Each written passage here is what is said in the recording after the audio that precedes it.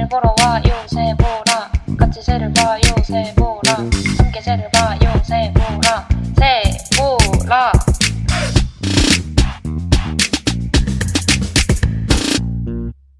안녕하세요. 새를 보는 라디오 새보라입니다. 저는 혜연. 저는 루미. 저는 도리입니다. 유후! 오늘은 정말 흔한 물새이자 바다새임에도 불구하고 저희 새보라에서 단 한 번도 소개하지 않았던 놀라운 새들에 관해서 말씀드려 보려고 합니다. 그 새는 바로 까마오시류. 가마디요? 가마우지류입니다. 아마 이걸 들으시는 청취자분들께서도 나도 모르는 사이에 혹은 알면서 이 가마우지류들을 많이 만나셨을 거라고 생각이 되는데 오늘 팟캐스트는 그래서 더 쉽게 볼 수 있는 그런 새들에 관해서 말하기 때문에 굉장히 유용한 팟캐스트가 되지 않을까 생각합니다. 그러면 우선 가마우지류의 종 3종 중에서 가장 흔한 새인 민물 가마우지에 관해서 먼저 소개해 보도록 하겠습니다.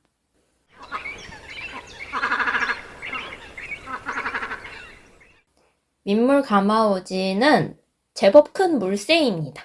이 가마우지류들은 크기가 제법 있는 검은 빛을 띈 그런 물새이자 바다새들인데 그 중에서도 민물 가마우지의 크기는 81. 90. 90쯤이에요. 89에서 102cm. 그러니까 제법 큰 물새죠. 그리고 가마우지류 중에서도 이 민물 가마우지가 가장 큰 편입니다. 그래서 영어로는 Great Cormorant. 여기서 코모란트가 가마우지라는 뜻이고 Great는 이제 큰 애들한테 붙이는 거죠. 한국에서는 원래는 흔한 겨울 철새였는데 지금은 텃새화 되었습니다. 아마 생김새를 말씀드리면 아, 내가 봤던 새구나 하실 것 같은데 이제 강이나 바다에서 몸 전체가 검은 오리는 아닌 그런 새를 보면 거의 가마우지류입니다. 전체가 검은색인데 학명을 보면은 팔라크로코락스 칼보거든요. 여기서 종명인 칼보가 수치라는 뜻인데 정말 광택이 도는 수처럼 생겼습니다. 근데 이제 부리 쪽은 밝아요. 그래서 뺨은 흰색이고 부리 기부, 그러니까 뺨 쪽에 붙은 부리는 노란색을 띱니다. 그리고 눈을 보신 적 있으신가요? 네. 가마우지의 눈? 파랑색을 띨 때가 있어요. 터키시색. 노란빛, 파란빛 이런 빛을 띄어서 가깝게 얼굴만 찍은 사진을 보면은 정말 반짝거리는 눈빛을 가지고 있습니다. 진짜 보석같이 너무 예뻐서 깜짝 놀랐던 것 같아요. 그리고 여름에는 머리가 약간 흰색으로 변하고 옆구리에 흰 반점이 생깁니다.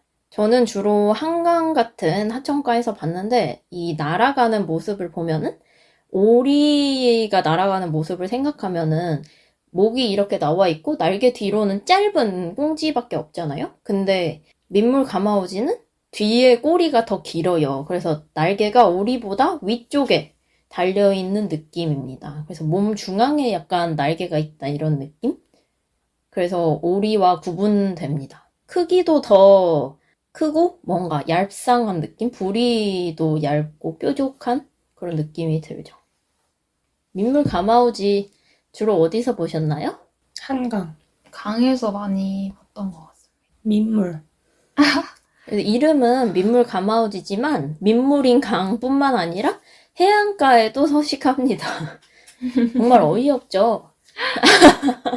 근데 해안에서 난 거의 못 봤어. 굉장히 원래 해안가만 살았다고 해요. 우리나라에서는. 아, 진짜? 어머.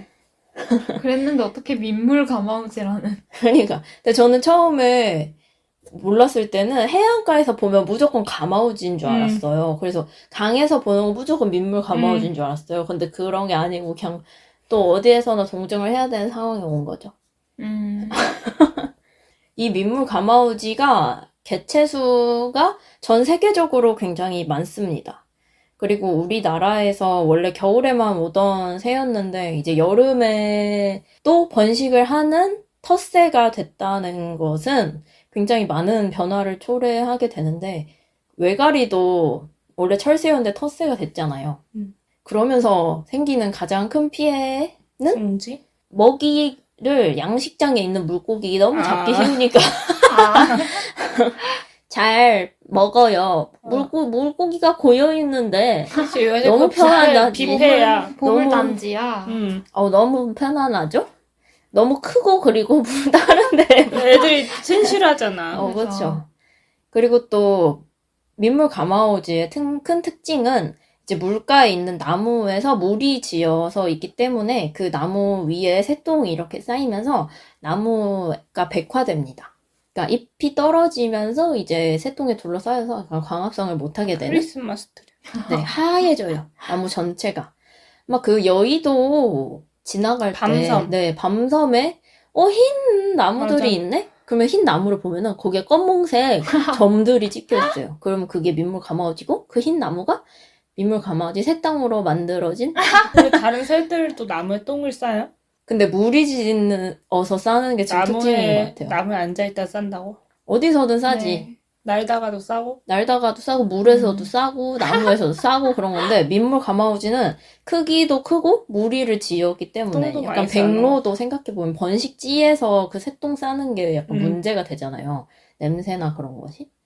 그래서 더 눈에 띄는 것 같아요. 크기가 크면 똥을 많이 싸게 되니까.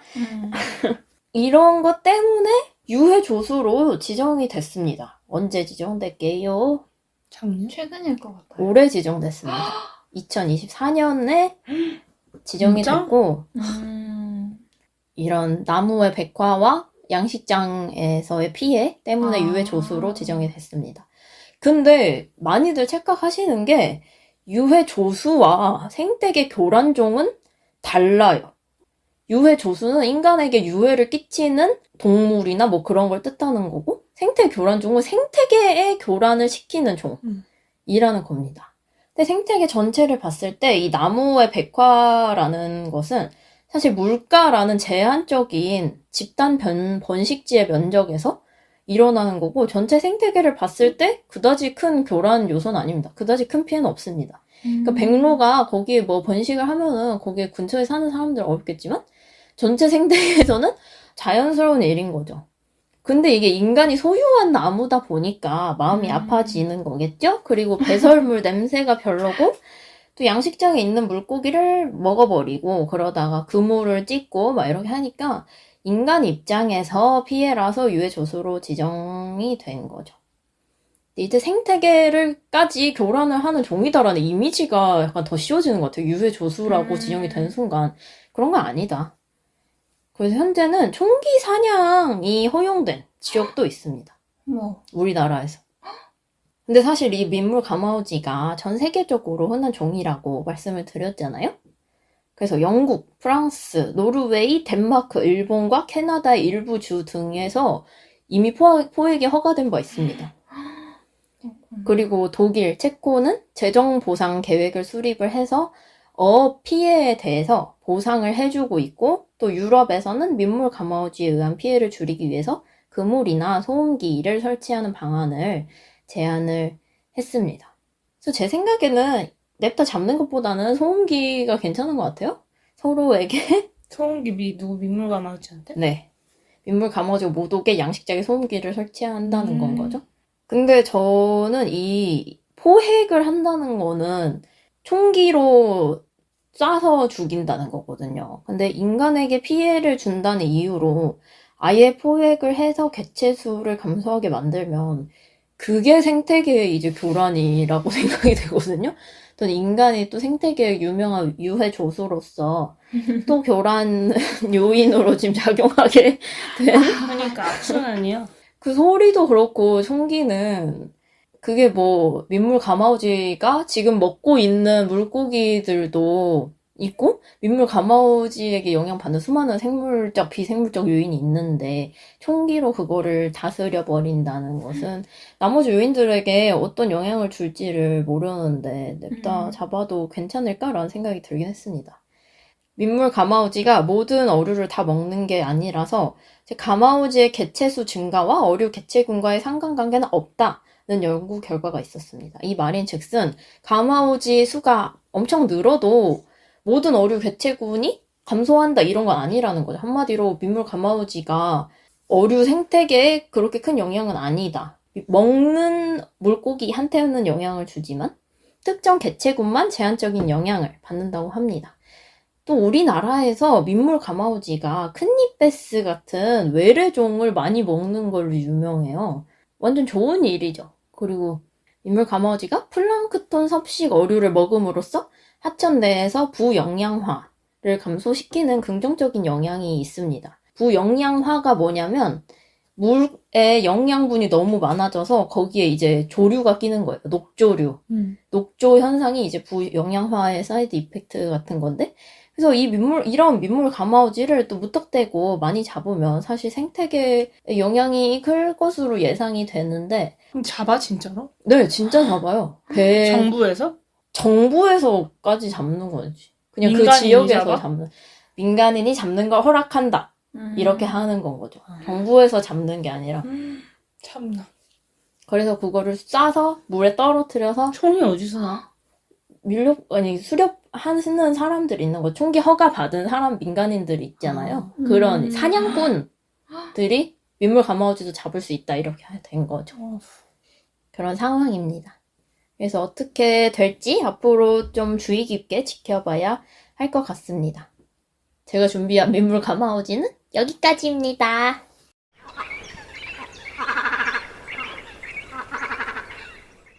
제가 다음으로 설명할 가마우지류 친구는 가마우지입니다. 가마우지는 민물 가마우지랑 너무너무 똑같이 생겼어요. 그래서 제가 설명을 하려고 해도 이미 혜연님이 잘 해주셨기 때문에 거기에 차이점만 추가적으로 설명해 보도록 하겠습니다. 몸 밑면에 검록색 금속 광택이 있는 게 차이점이에요. 몸 밑면? 윗면, 윗면? 등 쪽에. 아, 그리고 검정색 금속 광택이요? 검록색, 검록색? 약간 녹색빛이 드는 금속 광택이 있고, 또 부리 기부와 뺨 주변의 노란색이 각진 형태로 있어서 이걸로 구별을 할 수 있다고 합니다. 그래서 가장 중요한 동정 포인트는 부리 기부의 모양입니다. 그래서 가마우지랑 민물 가마우지 둘 다 부리 주변은 노란색이고 뺨 쪽은 흰색인데 만나는 부위가 좁으면 민물 가마우지, 부분이 크면 가마우지 등으로 구분한다고 해요. 뺨이랑 부리가 만나는 부위가 좁으면 좁으면 민물 가마우지. 그리고 뺨의 크기가 더 큰 거는 가마우지인 거예요. 그리고 가마우지는 83cm 정도로 민물 가마우지랑 솔직히 드라마틱하게 차이는 나지 맞아요. 않기 때문에 이제 야생에서 만났을 때 둘을 구분하기는 꽤 어렵습니다. 그래서 얼굴 쪽을 진짜 어려워. 그 광택이 있다고 하는데 광택이 뭐 광택은 나는 햇빛이 에바. 잘못 비추면 검은색으로 보이고 광택은 막 진짜 이게 아닌 왜 것 햇빛 때문에 녹색으로 보이냐 막 이런 생각이 들 수 있기 민물 때문에 가마우지도 광택이 있어. 그러니까 그게 또 있긴 문제야. 있어. 매우 구분하기 많은 분들이 어려워하는 과제입니다. 쌍안경으로 봤을 때 솔직히 부리 기부까지 확대해서 볼 수 있을 정도로 맞아. 잘 보이지가 않아요. 맞아. 그리고 몸 형태도 똑같고 쌍둥이에요. 무슨 꼬리가 가마우지가 더 음. 짧다고 했던 것 같아. 맞아. 근데 그것도 뭐 말은 쉽지만 그 짧다 길다 이런 거는 약간 상대적인 음. 거니까 옆에 대지 않는 이상 맞아. 모르는? 그러니까요. 정말 옆에 대서 비교할 수 있을 만큼 가까이에서 관찰해보고 싶습니다.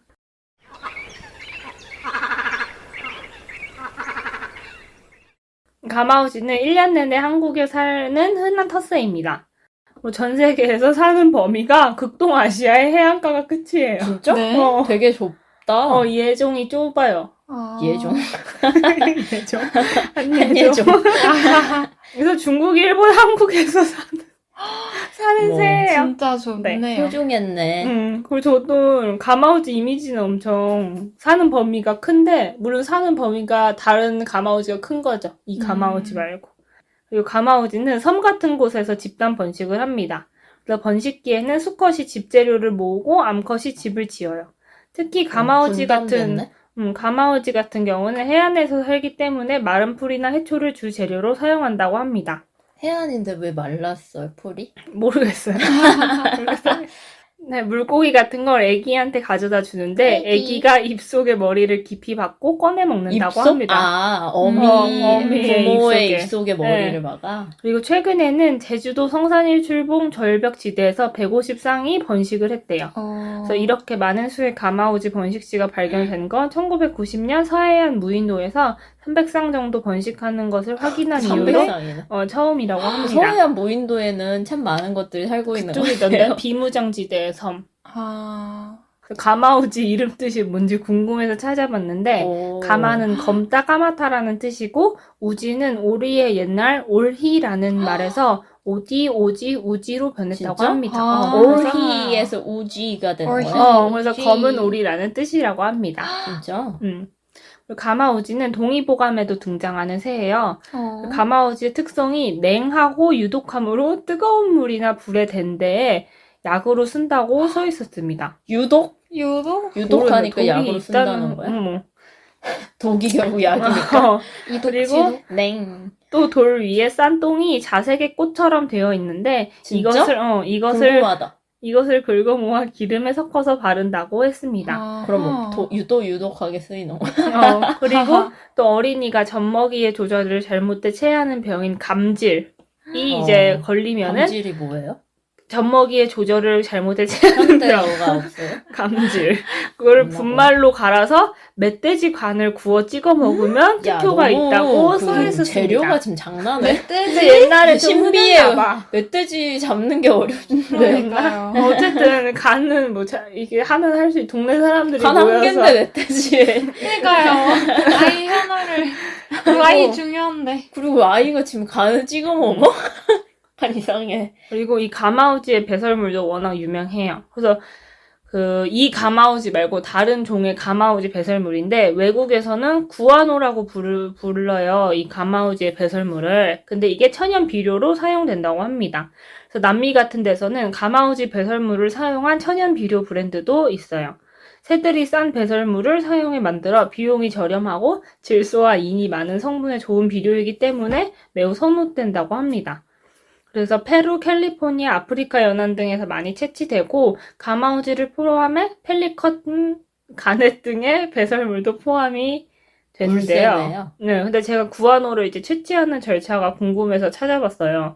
근데 이제 새들이 주로 바위 같은 데 똥을 많이 싸으니까 해안가니까 새들을 놀라게 하면 안 되잖아요. 그래서 기계 사용은 거의 하지 않고 사람이 직접 가서 채취를 한다고 합니다. 힘들 듯? 근데 말라붙어 있는 거. 그래서 빗자루랑 삽 같은 걸 사용해서 헐. 바위에서 채취를 강물 하는데 채취네. 근데 이게 점점 처음에는 이제 조금씩만 가져갔는데 점점 이제 사업처럼 되니까 당연히 양이 많아질 거 아니에요. 채굴 하는 양이. 네. 그러다 보니까 새들도 영향을 받게 되었습니다. 아이고야. 그래서 엄청 유명한 페루의 어떤 섬에서는 1800년대 후반에 5,300만 마리의 새가 살았었는데 2010년대에는 420만 마리의 바다새로 수가 줄었대요. 근데 이게 가장 메인인 이유가 채굴을 계속 이게 비료를 채굴하다 보니까 새들이 여기에 살지 않게 되는 거죠. 그래서 20세기부터 이 위험성이 대두되어서 바다새에 대한 정책도 생겼습니다. 구아노 약간 박쥐 근데 배설물만 박쥐도 포함된 건 있고 줄 알았는데 그냥 바다새도 많아요. 아무 동물 배설물 바위 위에 있는 거면 새, 거의 다 그런 바다새. 느낌? 물개도 있대요. 진짜? 네, 그니까 그게 뭐 하얗기만 하면 누구 똥인지 사실 모르는. 그래서 어쨌든 보호하기 위해서 해안섬을 구경 조료 보호구역으로 바꾸고 경쟁을 줄이기 위해 섬 하나에 한 명의 주 계약자만 배정하고 원래 여러 명이었던 거야? 번식 시즌을 방해하지 않기 위해 10일부터 3월까지 중단을 했습니다. 아, 그럼 맨날 원래 채취한 거야? 그리고 또 섬이 여러 개잖아요. 그럼 어떤 섬은 이제 1년 동안 아예 채취를 못하게 폐쇄를 하기도 하고 휴식기를 주는 거야. 정부에서 생산 및 유통에 관한 모든 과정을 독점했다고 합니다. 이래도 바다새 숫자는 계속 줄어들었다고 해요. 그래서 가장 최근에는 이제 2009년에는 22개의 섬, 11개의 곳으로 구성된 섬곳 국립해양보호구역으로 또 만들었다고 합니다. 그 페루 지역을. 근데 또 이 구아노 거기에서만 채취해요? 아니 근데 여기가 엄청 큰 그거라서 큰 사업이라서. 이 구한어 채취도 문제가 참 많은 게 노예제도가 있을 때는 흑인 노예들이 채취를 했고 노예제도가 사라진 이후에는 태평양 섬이나 중국 남부 등에서 사람을 납치해가지고 납치? 사람을 납치해서 노예로 데리고 와서 일하게 했다고 합니다. 어떻게든 윤리적으로는 안 하시는데. 그래서 뭐 최근에는 뭐 값싼 노동력으로 한다고 뭐 이런 비윤리적인 문제는 일어나고 있지 않다고는 하지만 어쨌든 모르지. 조금 역사가 조금 그렇네. 의심스러운 산업입니다. 어지간히 힘든가 본데. 쉽지 않습니다.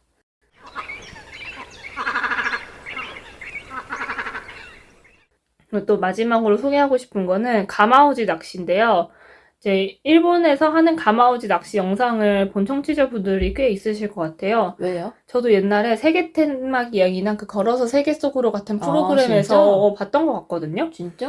그래서 일본어로는 우카이라고 불리는데요. 이 전통적인 낚시 방법은 1300년 전부터 진행해 왔고 가마우지를 사용해 물고기를 잡는 방법입니다. 그래서 목줄을 맨 가마우지들이 물 밑으로 뛰어들어 물고기를 통째로 삼켜요. 근데 문제는 얘가 뱃속으로 들어가면 안 되잖아요. 그럼 못 그러니까. 꺼내니까. 그래서 어부들이 이 물고기를 회수하기 위해서 그 목에 걸린 줄이 올가미 역할을 해서 물고기가 뱃속으로 들어가는 걸 방지를 합니다. 그래서 일본뿐만 아니라 베트남 같은 데서도 하는데요. 특히 일본에서는 전통 문화처럼 여겨져서 현재는 박물관도 있고 막 체험도 하고 그러더라고요. 또 박물관에 막 이렇게 가마우지 모형이 너무 막 귀엽게 있고 이 방법을 사용한 유명한 막 어부들의 이렇게 초상화 같은 게 있고 이게 약간 요새는 어업을 많이 사용하지 않지만 관광객들이 가서 가마우지 체험해보기 막 이런 걸 해서 저는 개인적으로 가마우지 학대라고 생각을 합니다. 되게 행복한 척한 가마우지가 행복할 거. 그냥 이 도시에 또 관광 산업으로 자리 잡은 게 전 또 기묘하더라고요. 약간 그 삼겹살집에서 돼지 웃고 있는 그림 있듯이. 그러니까 거기도 가마우지가 가마우지가 사냥만 하고 먹지도 못했는데 걔가 맞아. 행복하겠어? 제가 준비한 가마우지는 여기까지입니다.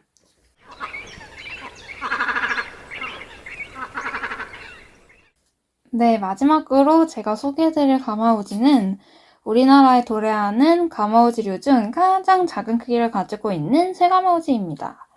몸 길이가 어떨 것 같으신가요? 65. 78. 정답은 둘의 사이인 73cm라고 합니다. 작죠? 그래서 암수 동형이고요. 일단은 영어 이름으로는 바이올렛 그린 코로모런트라고 진짜? 하는데 이쁘다. 몸 전체가 일단은 사실 녹색 광택이 있는 검은색인데 종종 보라색으로 비치기도 해서 이런 이름이 붙은 것 다른 같아요. 애들도 매한가지. 아닌가? 그렇기는 하지만 약간 얘를 제일 먼저 본 걸까요? 하여튼 예쁜 이름은 새가마우지가 가져가게 되었습니다. 그리고 머리와 부리가 다른 가마우지류에 비해서 많이 가늘어요. 이름처럼. 이제 사실 가마우지들은 좀 노란색, 검은색에 노란색 부리라는 인상이 굉장히 강한데 새가마우지는 노란색이 아니고 붉은색 부리를 가지고 있습니다.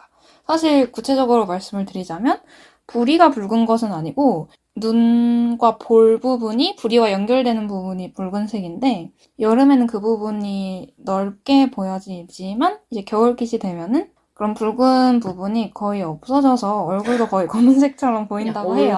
검정. 그렇죠. 검정 가마우지. 그리고 다른 가마우지들이랑 공통된 특징이 있는 것은 그 다리 위쪽, 옆구리 쪽에 흰색 반점이 있다는 건데요. 여름에? 네, 여름에 흰색 반점이 있고 겨울깃에는 그게 없다는 점. 겨울엔 결국. 그렇죠. 까만 아이. 물속에서 경제적으로 이동하기 위해서 날개가 비교적 짧고 모든 바다새 중에서 이런 비행 비용이 가장 높다고 해요. 못 날아. 날 수는 있는데 그러니까 비효율적으로 난다. 네, 비효율적이래요. 알바트로스와 매우 대조되는 상황이네. 전편의 알바트로스와 아주 대조되게 작은 날개로 인해서 몸에 비해 날개가 작았구나. 네, 그래서 비효율적인 비행 비용을 갖고 있다고 합니다. 근데 좀 웃기게 달려있다고 전 생각하긴 했어요. 웃기게요? 날개가 너무 이 어깨에 이렇게 위쪽에 이렇게 달려있는 느낌? 다른 새들이 이렇게 달려있으면. 맞아요. 뭔가 다른 새들은 균형을 잘 잡을 만한 위치에 있다고 생각을 했는데 약간 가마우지는 여기에서 균형을 잡는다고? 약간 드래곤의 날개처럼. 약간 그 게임 캐릭터들 보면은 이제 막 날개 같은 거 붙여주잖아요. 그러니까. 그런 날 날개 생각 같아요. 안 하고 붙여준 날개인데. 약간 꾸미는 날개. 하지만 그래도 잘 난다고 합니다. 그렇구나. 분포- 힘들겠다. 그렇죠. 작은 날개로 열심히 날갯짓도 하고 사냥도 하고. 분포에 대해 말씀을 드리자면 비교적 드문 철새입니다. 한국, 일본, 쿠릴 열도, 캄차카, 사할린, 북아메리카의 태평양 연안까지 굉장히 넓게 분포하는 새인데 국내에서는 서해 백령도, 소청도에서만 집단 번식을 하고 겨울철엔 번식하는구나. 네, 한다고 합니다. 그리고 겨울철에는 해안가 바위나 암벽에서 조금 드물게 관찰이 된다고 합니다. 네, 세가마우지는 우리나라에서 흔하지 않은 겨울 철새이자 흔하지 않은 텃새입니다. 이런 세가마우지는 보통 육지에서 멀리 떨어지지 않은 해상에서 무리지어서 먹이를 찾는 특성이 있어요. 그래서 이제 사진 같은 걸 보면은 이제 보통 바위 위에 자리 잡고 있는 경우가 많은데 그게 굉장히 멀리서 보면 가마우지 몸이 조금 타원형으로 동글동글하기 때문에 굴같이 생겼습니다. 뭐요? 뭐가 굴처럼 생겼어? 굴이 아니고 가마우지가 굴같이 생겼대. 홍합? 굴 아니고 약간 뭐라고 해야 되지? 뭔가 홍합 따개비? 따개비? 홍합. 담치 같아요. 맞아요. 굴은 너무 아래에 있죠. 바닷속에. 몰라. 하여간 약간 조개류들처럼 보이는데요. 진짜 그렇네. 그 사진이. 홍합 같아요.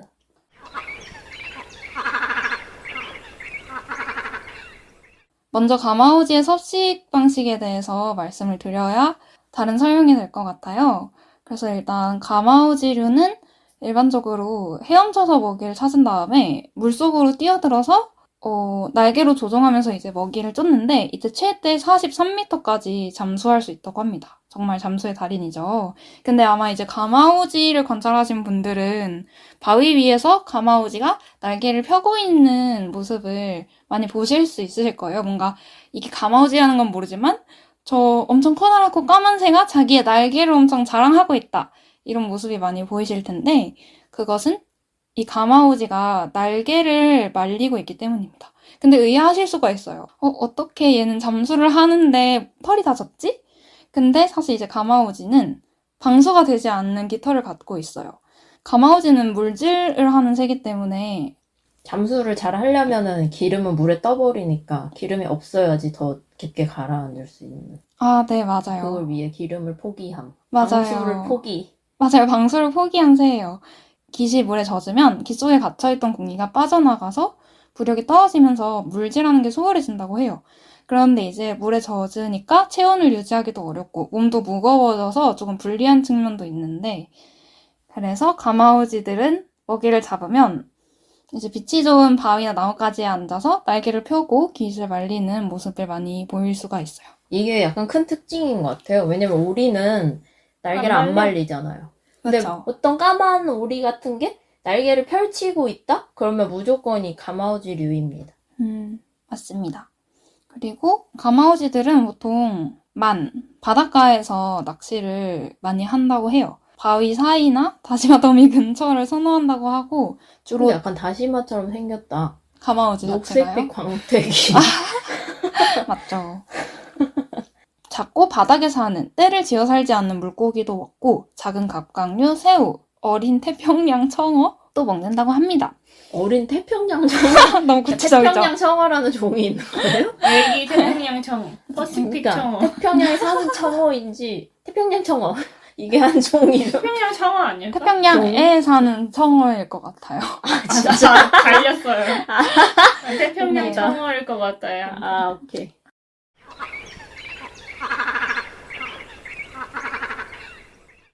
가마우지는 꿀떡꿀떡 삼켜 먹는 것으로 굉장히 유명하죠. 그래서 아까 유명해. 말씀해주신 꿀떡꿀떡 삼켜먹는 새가 누구? 가마우지. 그래서 아까 말씀해주신 그런 사냥법을 이용할 수 있었던 것도 이런 생태적인 특성 때문인데요. 가마우지는 먹이를 통째로 먹기 때문에 혀가 필요 없다고 해요. 그래서 혀가 굉장히 작게 퇴화됐고 콧구멍이 없고 그 대신에 위턱 깊숙하게 내비공이라는 기관이 있어서 이제 물에서 자맥질을 하면서 고기를 잡기에 굉장히 편리한 구조가 되어 있다. 아주 전문 다이버다. 라는 말씀을 드릴 수 있겠습니다. 네, 그리고 번식에 대해서 조금 더 다시 말씀을 드려볼게요. 아까 말씀드린 것처럼 쇠가마우지는 서해 일부 도서 지역에서 집단 번식을 하는데요. 보통 3개에서 4개의 알을 낳고 한 달 동안 포란을 한다고 합니다. 그래서 가마우지처럼 암벽 위, 오목한 곳에 마른 풀과 해초를 이용해서 둥지를 짓고요. 매년 같은 장소를 이용하기 때문에 바위가 배설물로 하얗게 덮인다고 합니다. 그래서 아마 멀리서도 여기가 둥지구나 라고 확인을 하실 수 있겠죠?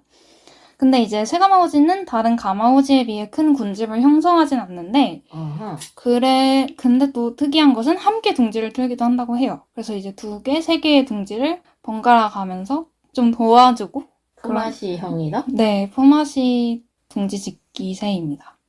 그리고 마지막으로 말씀드리고 싶었던 특징이 가마우지가 번식기에 상대에게 어필하는 행동이 있는데요.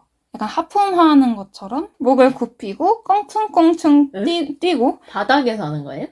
예, 땅에서 하늘에서 못할 듯. 가마우지가 그 정도는 아니야. 물에서 할 줄 알았어. 그 정도도 아니야. 접힌 날개를 들어 올리고 펄럭이고 흰 허벅지 부분을 보여주고 왜? 엄청 많이 보여줘야 되네, 다리를. 그쵸? 허벅지에 한 번도 나 어필. 본 적 없는데. 약간 나 잠수 잘해 어필하나? 알바트로스처럼 막 머리를 뒤로 젖히고 그동안 수컷과 암컷이 다른 소리를 내는 그런 신기한 행위를 통해서 서로에게 어필을 한다고 합니다. 한 번도 본 적 없네요. 저도. 둥지 스팟에서만 하나 봐요. 그러니까요. 번식기에만 하는 것 같은데 한번 보고 싶네요. 그러게. 제가 준비하는 쇠가마우지는 여기까지입니다.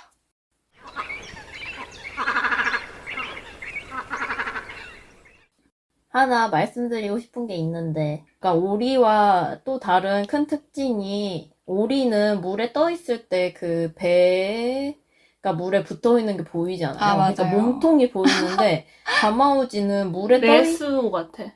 내시? 넷이? 물에 떠 있으면 목만 보여요. 몸통까지 물에 잠겨요. 그게 아. 기름이 없어서 물에 잠기나? 목은 어떻게 떠? 그러니까 그냥 자기 힘으로 이렇게 뜨는 거 아니야? 개헤엄처럼 해가지고. 아등바등하진 않는데. 그러네, 개헤엄 근데 스타일인가 그 봐요. 정도는 아닌가 보지. 개헤엄까지는 아닌가 보지. 웃기다. 아무튼 그래서 물 위에 얘 내시가 있다? 그러면은 가마오지라는 사실 알고 계시면 되겠습니다. 근데 진짜 강 위에서 떠 있는 것만으로 비교를 할 때 그러니까. 오리는 몸통까지 떠 있고 물닭도 살짝 그 스타일 아니에요? 목이랑 등 조금. 그래도 물닭은 몸통까진 보인다고 생각했어. 몸통 보여. 네. 그래요? 근데 가마오지는 진짜 목밖에 없고 맞아요. 그 목밖에 없다가 갑자기 없어져. 잠수해가지고. 약간 작대기 같아 보여요. 가마우지가 겨울에 진짜 한강에 많이 오면은 엄청 많은 짝대기가 강에 꼽혀 있는 것처럼. 근데 그런 면에서 진짜 내시 같다. 내시다 했는데 근데 사라져. 저기 내시야 이렇게 했는데 그러니까요. 없어진 거야. 그러니까요. 신기루. 잠수해서. 다시 올라와. 한강에 내시가 있다 이러면 가마우지. 내시가 엄청 많아. 그러니까 한 호텔에서 300, 내시가 304대. 한국에 진출했다 하면 까마우지. 까마우지. 여기까지 설명드렸습니다. 한강에서 보면 인사해주세요, 여러분. 그러니까 그동안 저희가 이렇게나 흔한 가마우지류를 설명하지 않았다는 사실이 정말 놀라워서 이번 여름을 맞이해서 조금 설명드리고자 했습니다. 여러분도 가깝지만 소식을 듣지 못했던 새 가마우지류에 관해서 더 알아가는 시간 되셨으면 좋겠고요. 오늘도 들어주셔서 감사하고 좋아요와 구독 그리고 댓글까지도 부탁드립니다. 감사합니다. 그러면 다음번에도 새 보러 와요.